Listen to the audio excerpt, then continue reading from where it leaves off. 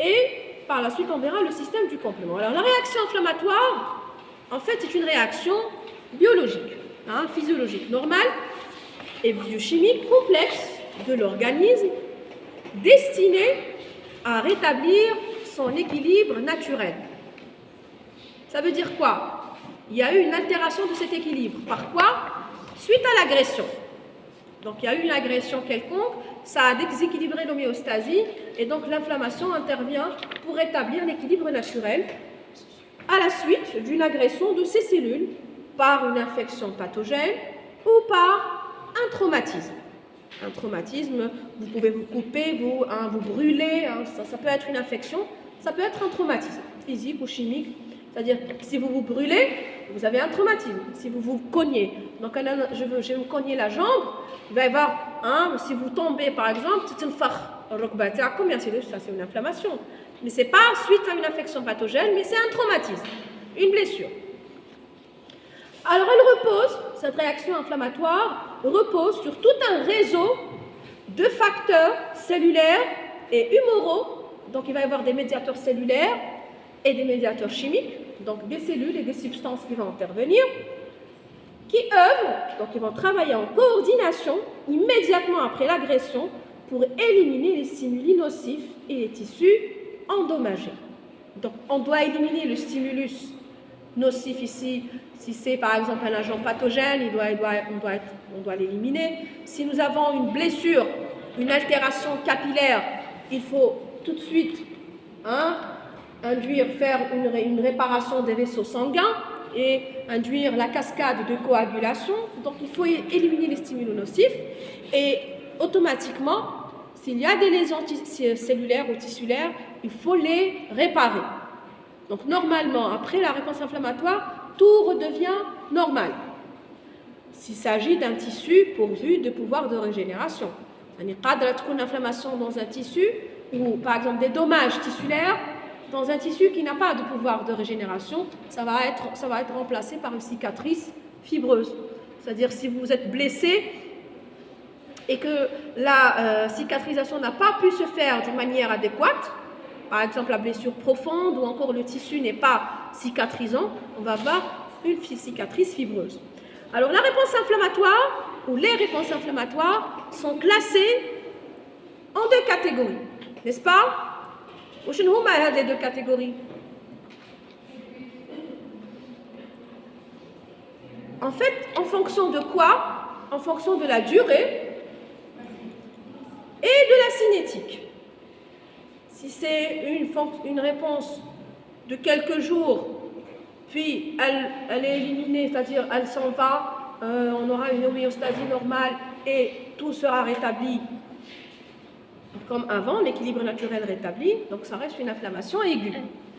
Si c'est une inflammation qui dure, qui se pérennise, donc là on bascule vers la chronicité et donc ça devient une inflammation chronique.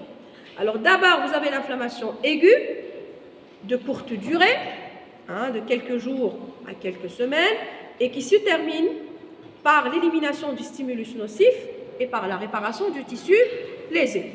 C'est la réponse normale, physiologique. L'inflammation chronique, pourquoi est-ce qu'elle devient chronique? Elle est mousmina, de longue durée. Parce qu'elle échappe au contrôle physiologique conduisant à la persistance des stimuli inflammatoires. Alors l'inflammation chronique, ça peut être d'origine infectieuse, comme ça peut être une inflammation stérile. Une inflammation stérile, ce n'est pas dû à des agents infectieux.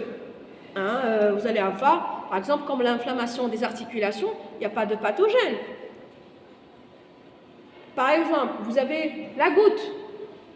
Parfois, la goutte, c'est en fait la maladie dans laquelle la personne ne peut pas manger de protéines d'origine d'animal. Ne peut pas manger de viande. En fait, c'est des cristaux d'urate, d'acide urique, qui ne peuvent pas être éliminés. C'est-à-dire que la personne consomme elle consomme de grandes quantités de protéines d'origine animale, en d'autres termes, consomme beaucoup de viande, qu'il va y avoir une accumulation de cristaux d'acide urique, issus du métabolisme justement de ces protéines animales, et qui ne peuvent pas être éliminés, parce que c'est des cristaux. Donc on ne les phagocyte pas. Donc ils vont être relargués et vont sédimenter au niveau des extrémités. C'est-à-dire des douleurs atroces au niveau des orteils et au niveau des doigts. Il n'y a pas d'agent infectieux. Mais le stimulus, il est là. On n'arrive pas à éliminer le stimulus inflammatoire. Donc ça peut être d'origine infectieuse comme ça peut être d'origine non infectieuse. Alors elle peut durer plusieurs mois, voire même des années, voire elle ne part pas du tout, donc c'est chronique. La chronicité de la réponse inflammatoire est ainsi la base de nombreuses pathologies inflammatoires, telles que l'arthrite rhumatoïde, l'emphysème pulmonaire ou encore la goutte. C'est quoi l'emphysème pulmonaire? Comment? En fait, ici, il y a une inflammation au niveau des alvéoles pulmonaires. Il y a la libération d'une enzyme, l'élastase, qui est contenue dans les granules des phagocytes, du neutrophile et du macrophage. Ça devient chronique, c'est les macrophages. Et quand elle libère de grandes quantités d'élastase, elle va dégrader l'élastine des alvéoles pulmonaires et donc la capacité à gonfler diminue. Vous avez le thorax qui gonfle et il y a les alvéoles pulmonaires qui vont ils gonflent parce qu'elles vont prendre de grandes quantités d'air. Pourquoi est-ce qu'elles gonflent? Parce qu'elles sont élastiques, on va dire quelque sorte. Il y a l'élastine. Et quand cette élastine est dégradée, la capacité à contenir de l'air va diminuer. Donc c'est des personnes qui là, quand elles montent les marches, elles sont essoufflées parce qu'elles n'arrivent pas à respirer pleinement comme une personne normale. Les alvéoles pulmonaires sont atteintes. Elles ne peuvent plus contenir l'air comme une personne normale parce que l'élastine est dégradée. C'est qui met par exemple un ballon ou là les élastiques, les pantalons, à un moment donné, il faut l'élastique, n'est-ce pas? Ou les mettre watch. C'est comme ça.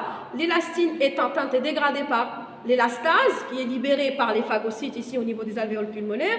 Et donc l'alvéole pulmonaire aura une capacité réduite. Donc la personne a ses emphysèmes qui parce qu'elle n'arrive pas à respirer normalement à cause de cette inflammation. Alors on commence avec d'abord l'inflammation aiguë. Elle est généralement de courte durée et d'installation rapide. Alors elle est caractérisée par une forte présence de neutrophiles, c'est normal, c'est une réponse inflammatoire aiguë. Vous allez avoir beaucoup plus de neutrophiles. Quand c'est chronique, on n'aura pas de neutrophiles, mais on aura des macrophages. Il y aura une forte présence de polymorphonucléaires au niveau du foyer inflammatoire. Alors sur le plan clinique, c'est-à-dire symptomatique, elle est caractérisée par les symptômes suivants. Donc vous les connaissez tous. Donc vous allez avoir la douleur, la chaleur, la rougeur, l'œdème, et vous allez avoir également la perte de fonction du tissu qui est enflammé. Quand vous avez par exemple une hépatite, c'est là où vous allez avoir une perturbation de la fonction hépatique, et donc ça c'est un des signes de l'inflammation. Alors la douleur, c'est dû à quoi? Là vous êtes des biologistes, vous n'êtes pas des médecins, vous devez connaître l'aspect moléculaire. Donc, les signes, essayez de les expliquer. Par exemple, la chaleur et la rougeur, c'est dû à quoi? Donc, imaginez ici,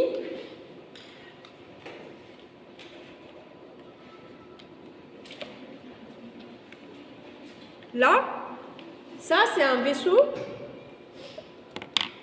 ça c'est un vaisseau sanguin. Mais en fait, c'est tout le réseau capillaire, on a comme une partie d'un vaisseau sanguin, mais c'est des vaisseaux post-capillaires, c'est un réseau. Quand vous avez, il va y avoir un grand apport sanguin au niveau du site enflammé. Pourquoi? Pour apporter le maximum de leucocytes.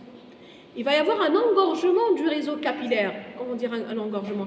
Qui m'a quitté ça, la circulation flavile. Il contrôle les voitures. Il va y avoir plein de voitures dans la route. Et là, il va y avoir un engorgement en sang. Donc c'est pourquoi nous avons cette chaleur et cette rougeur. Parce qu'il va y avoir un engorgement capillaire. Il va y avoir un apport sanguin très important au niveau du foyer inflammatoire. L'œdème. L'œdème, c'est quoi? C'est le gonflement, l'enflure. C'est-à-dire que vous vous cognez, tout de suite vous allez avoir un enflement. C'est dû à quoi? C'est dû? C'est pas le neutrophile. Tout à l'heure, on n'avait pas continué la deuxième modification vasculaire. On avait parlé de la vasodilatation. L'autre modification qui a lieu dans le vaisseau ici sanguin qui parcourt le tissu enflammé, c'était quoi?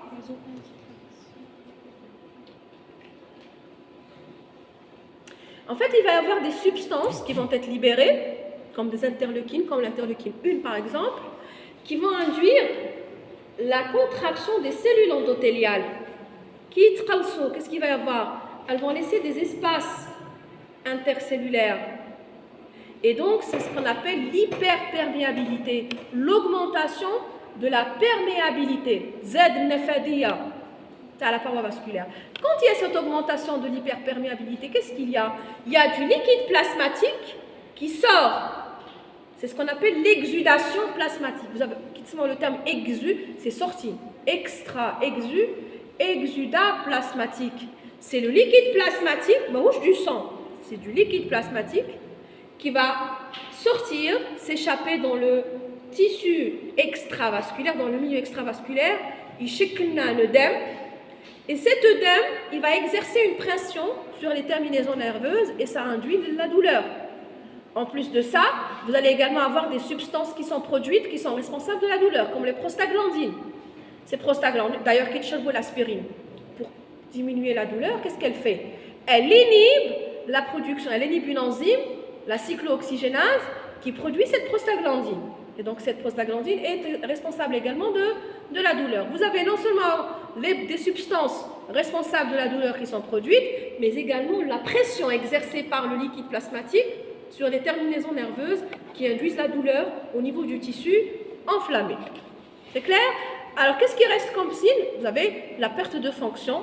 Alors, quand vous avez un tissu qui est atteint d'inflammation, il va y avoir des lésions et ainsi de suite. Automatiquement, le tissu va perdre sa fonction. C'est une fonction hépatique, une fonction... ça dépend. Si c'est une pancréatite, un foie, ça dépend. Le tissu qui est enflammé, il va, dans la plupart des cas, perdre sa fonction. On continue. Alors, les étapes d'une réponse inflammatoire sont toujours les mêmes, quel que soit le pathogène. Les étapes de la réponse inflammatoire aiguë sont toujours les mêmes, et ce, quel que soit le stimulus inflammatoire et le tissu enflammé. Vous allez avoir d'abord des modifications vasculaires, des modifications vasculaires qui vont avoir lieu, telles que l'augmentation de la perméabilité de la paroi vasculaire, apparaissant au niveau du tissu enflammé. Vous allez également avoir la vasodilatation. Alors, cette augmentation de la perméabilité permet au liquide plasmatique de s'échapper vers le milieu extravasculaire, phénomène connu sous le terme d'exudation plasmatique. Qu'est-ce que ça veut dire, n'est-ce pas?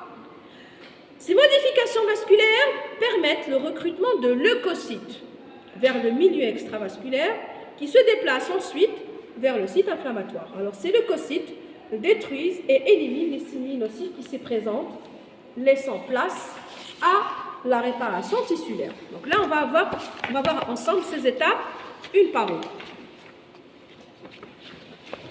Alors d'abord, qu'est-ce qu'il y a durant